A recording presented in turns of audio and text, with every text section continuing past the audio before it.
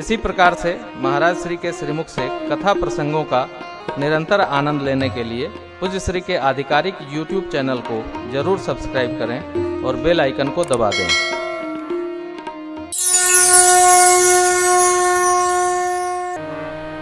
अब तो बड़ा सुंदर समय आ गया है। पहले पति पत्नी, पिता पुत्र, भाई भाई ये संबंध सहज चला करते थे। क्यों? धर्म पत्नी धर्म होती थी, पति उसके साथ, छोटा बड़ा तो कोई है नहीं, परंतु सहजावस्था में अर्धांगिनी घर का संहार करती थी और पति उसको स्वामिनी बनाकर घर की पूरी चिंता उसके सिर पर रखता था। समाज बड़ा मधुर था। समाज बदलता गया, बदलते बदलते यहां आ गया है। बच्चे, पिता, भाई भाई देखने लायक है, कुछ कहने लायक नहीं। एक पीढ़ियों का गैप चल रहा है जिसको जनरेशन गैप कहते हैं। तारकेश्वर बाबू का प्रश्न है इस पर, उपाय क्या है? कुछ उपाय नहीं है। समय का चक्र घूम रहा है, उपाय नहीं है। आप में से जो विवेकी हो, समझदार हो, वो सरेंडर रहे, यह उपाय है। स्वीकार धर्म अपनाइए। आप लोग कथा सुन रहे हैं, ये हम सभी का सौभाग्य है कि आप लोग शांतिपूर्वक बैठ के कथा सुन रहे हैं। आगे चल के ये भी समाप्त हो जाएगा। काहे? अतः क्यों सुना था कि सुनी? कोई किसी का सुनना नहीं चाहता, केवल सुनाना चाहता है साहब। सुनने की प्रवृत्ति बढ़ानी होगी। और हम आप जब तक हैं तब तक चलने दें। परिवार में भी एक ग्रेडिएशन, एक श्रेणी बना के रखा जाए। जो विवेकी हो उसकी सुनी जाए, जो सेवक हो वो समर्पण करे। प्रमाद से परिवार नहीं चलता, उत्पात से परिवार नहीं चलता। परिवार समझदारी से ही चलता है। हमारे एक बड़े लाडले हैं, शहडोल में रहते हैं, बाबू ब्रजेंद्र प्रताप गुप्त। बड़े भागवत हैं। लगभग 65-70 लोगों का परिवार वो अकेले चलाते हैं। बाबूजी शहडोल, उनकी भी कथा आ गई है। 75 वर्ष पूरा कर रहे हैं वो जीवन के। तो एक परिवार, 75 लोगों का परिवार, एक वो वृद्ध बाप सबको संभालते हैं, सबकी मुख की तरह चिंता करते हैं। हमारे नगर में भी होंगे, बहुत सारे परिवार ऐसे हैं पूरे देश में। मेरे संपर्क में भी लोग हैं। मुखिया को मुख जैसा सबका संहार करते हुए चलना चाहिए, एक का नहीं, सबका संहार। समाज को सहज रूप में सब प्राप्त हो, परिवार को सबको सहज भाव में प्राप्त हो। हम लोग जब छोटे थे, एक परंपरा आपको बताऊं, अब तो खैर बदल गया समय, तो सबको एक ही रंग का कपड़ा बनता था होली में, वह पटरा वाला पैजामा, हाँ, रुबिया वाला शर्ट, सबको एक ही जैसा बनता था। पूज्य दादाजी लाते थे, एक रंग में सबका बनता था। काहे? उतनी चिंता भी नहीं थी और जानते भी नहीं थे कि ये क्या होता है। क्योंकि मुखिया जानता है कि सबको समभाव होना चाहिए। मुखिया मुखसो चाहिए खान पान कहूं एक, पालई पोसई सकल अंग तुलसी सहित विवेक। सबका संहार सहज होना चाहिए। भगवान श्री रघुनाथ जी से और मेरी राज महारानी सीता मैया से प्रार्थना है कि सबको समान रखने के लिए, सभी वर्गों को, सभी को उत्पात से मुक्त करने के लिए इस देश में सबको समान व्यवहार की शिक्षा प्राप्त हो, सबका मस्तिष्क समभाव में उपस्थित हो, उत्पात न हो। इसलिए समान नागरिक संहिता देश में अति अनिवार्य उत्सव होना चाहिए। सबको बराबर का भाग मिले, सबको बराबर रहने का, जीने का, पीने का, पूजा करने का, भजन करने का, अजान करने का, गिरजाघर में जाकर के वंदन करने का, सबको समान भाव मिलना चाहिए। न आप उनको डिस्टर्ब करिए, न वो इनको डिस्टर्ब करें। शांति से करो जो करना है, शांत होकर अपने घर में आप भजन करो, अपने घर में वो पूजन करें, अपने घर में वो नमाज करें, अपने एकादशी आप करो, अपने रोजा अफ्तार वो करें। सबका समान भाव होना चाहिए, सबको सबका आदर करना चाहिए। जब समान रहेगा, भगवान की भक्ति अपने आप सहजता से चलेगी। सबके लिए समभाव, वाद रहित होकर जो प्रतिभा है सबका समार करे, वाद विवाद नहीं। इनका उत्थान, उनका पतन, उनको सताओ, उनको बिगाड़ो, ये बात अच्छी नहीं। जो जैसा है योग्यतम, उसको उसी प्रकार का विकास का अवसर प्राप्त होना चाहिए। इससे क्या होता है कि समाज विघटित नहीं होता है। हमारे देश की प्रतिभाएं पढ़ती हैं भारत में और नौकरी करने चली जाती हैं अमेरिका, जर्मनी, फ्रांस, रसिया आदि आदि देशों में। क्यों? जब प्रतिभाओं को उचित अवसर ही नहीं मिलेगा काम करने का तो भाग जाएंगे।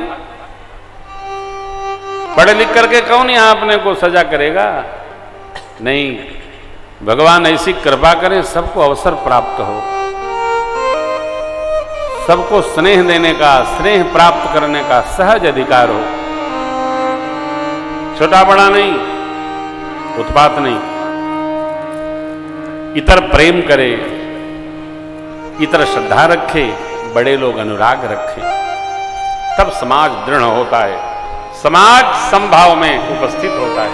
अबे भक्ति की गंगा प्रवाहित हो रही है, कौन किस जाति वर्ण का है कौन जानता है? हम 30 लोग साथ चलते हैं, 35 लोग, और सब अलग अलग जाति के। हमने पूछा नहीं किसकी क्या जाति है, सब हमारे राम भगत है, सब भगत लोग सीताराम जी के हैं। कोई पता नहीं कौन किसी जाति का है, कभी पूछा ही नहीं। क्यों? देखिए ये पद कहता है, सब में उसी का नूर समाया, कौन है अपना कौन पराया, सबको कर प्रणाम श्री राम जय जय राम, सबको कर प्रणाम श्री राम जय जय राम, सबको कर प्रणाम श्री राम जय जय राम, सबको कर प्रणाम श्री राम जय जय राम।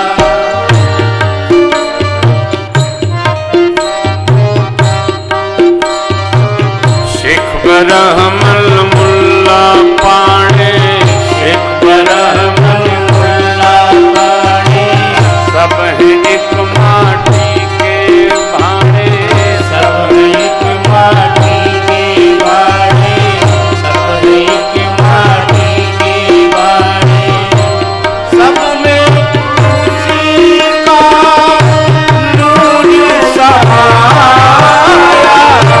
सब में उसी का नूर समाया, कौन है अपना कौन बनाया, सबको कर प्रणाम श्री राम जय जय राम, सबको कर प्रणाम श्री राम जय जय राम, सबको कर प्रणाम श्री राम जय जय राम, सबको कर प्रणाम श्री राम जय जय राम।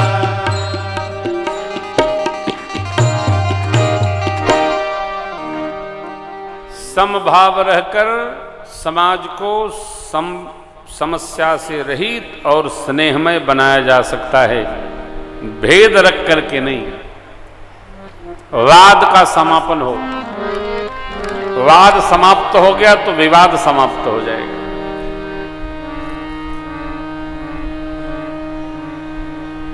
अन्य देशों में यह समस्या नहीं है, यही समस्या है। इसने हमको अलग कर रखा है। एक होइए, एक बनो नेक बनो, एक होइए। नामकरण संस्कार संपन्न हुआ, भगवान मातृत्व सुख माताओं को प्रदान कर रहे हैं। माताएं लाड लड़ाती हैं, अमृतपान कराकर पालने में पौढ़ाती हैं, बहुत भांति गान गाती हैं, नाना पद, और आनंदित रहती हैं। देखिए, बचपन के सुख को लेने का अभ्यास करिए। बचपन का सुख लेने का अभ्यास करिए और बचपन में सुख देने का अभ्यास करिए। बचपन में सुख लेने का और बचपन में सुख देने का। तो भैया बचपन में क्या सुख लेने का? अब तो लड़का खिलाइए, हेले ले ले बबुआ, खुरई में ढेपुआ, मैयक सरुआ, बाप तोर बरुआ। खिलाता ही नहीं है। लेला लला लोरी, दूध की कटोरी, दूध में बताता, मुन्ना करे तमाशा।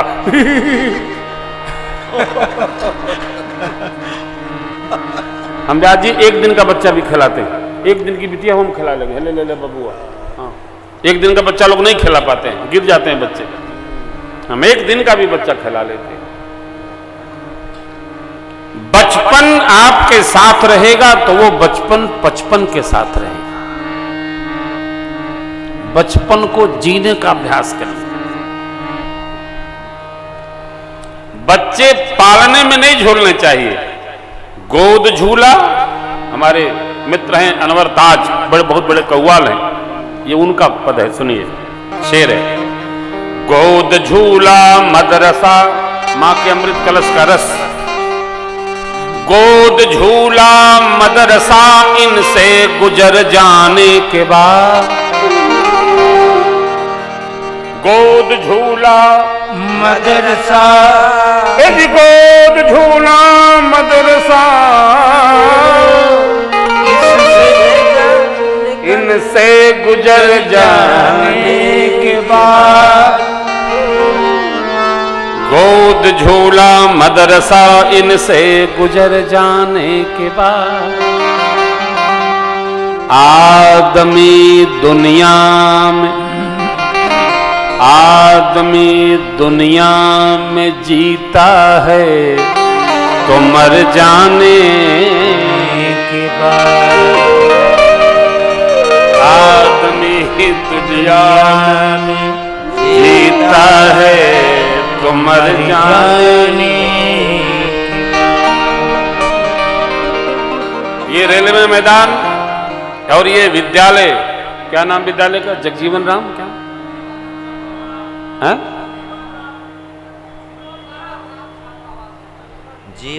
जीवन राम छात्रावास। उनका स्मरण करना अनिवार्य है। परम श्रद्धे आदरणीय कल्पनाथ राय साहब जब थे, जिनकी तपस्या से मऊनाथ भंजन जिला इतना दिव्य और बड़ा हो गया, नहीं तो मऊनाथ जिला हमारा जिल्ली था, छोटा था। रेलवे में एक प्लेटफार्म था साहब। हम जब आते थे तो एक ही प्लेटफार्म था, वही पर छुक छुक छुक वाली गाड़ी आती थी, वही चली जाती थी, और 3 ठे गाड़ी थी, बाद में 4 हुई। सुबह लोकल आती थी, फिर बाद में इंटरसिटी शुरू हुई। गिनी चुनी गाड़ी लिए झोला बोरा बैठे हैं कि गाड़ी तो आइए जाएगी दिन भर में। लेकिन उस महापुरुष को बार बार वंदन करना चाहिए जिन्होंने मऊनाथ भंजन को मऊनाथ भंजन बना दिया। वो तो कई कई ऐसे महापुरुष हो गए, नहीं तो आज कल्पनाथ साहब का चला होता तो कमिश्नरी हमारी आजमगढ़ न होती, मऊ आजमगढ़ की कमिश्नरी होती। होने नहीं दिए साहब, नाम लेंगे तो बवाल हो जाएगा। उस समय हम बीएससी कर रहे थे, तब की ये घटना है। बड़ी जोर से चर्चा चली थी मऊ कमिश्नरी होने वाली, क्योंकि विस्तार था बहुत। हमारे नगर की साड़ियां बनारसी साड़ियों का भी काट काटती हैं। मऊ वाली साड़ियों का एक जलजला है साहब, तांत की साड़ियां यहां बनती हैं। लेकिन कोई भी बात जब प्रचारित होगी तब न उसका भाव बढ़ेगा। लेकिन हम आप आज इतने वर्षों बाद यहां संयोग भगवान ने बनाया है। प्रयास करिए जिसकी जितनी क्षमता हो, जिस नगर में रहें उसके गौरव का हमको अधिक से अधिक विस्तार करना चाहिए, अधिक से अधिक विस्तार होना चाहिए। ये हमारी आपकी जन्मभूमि है, जननी जन्मभूमिश्च स्वर्गादपि गरीयसी।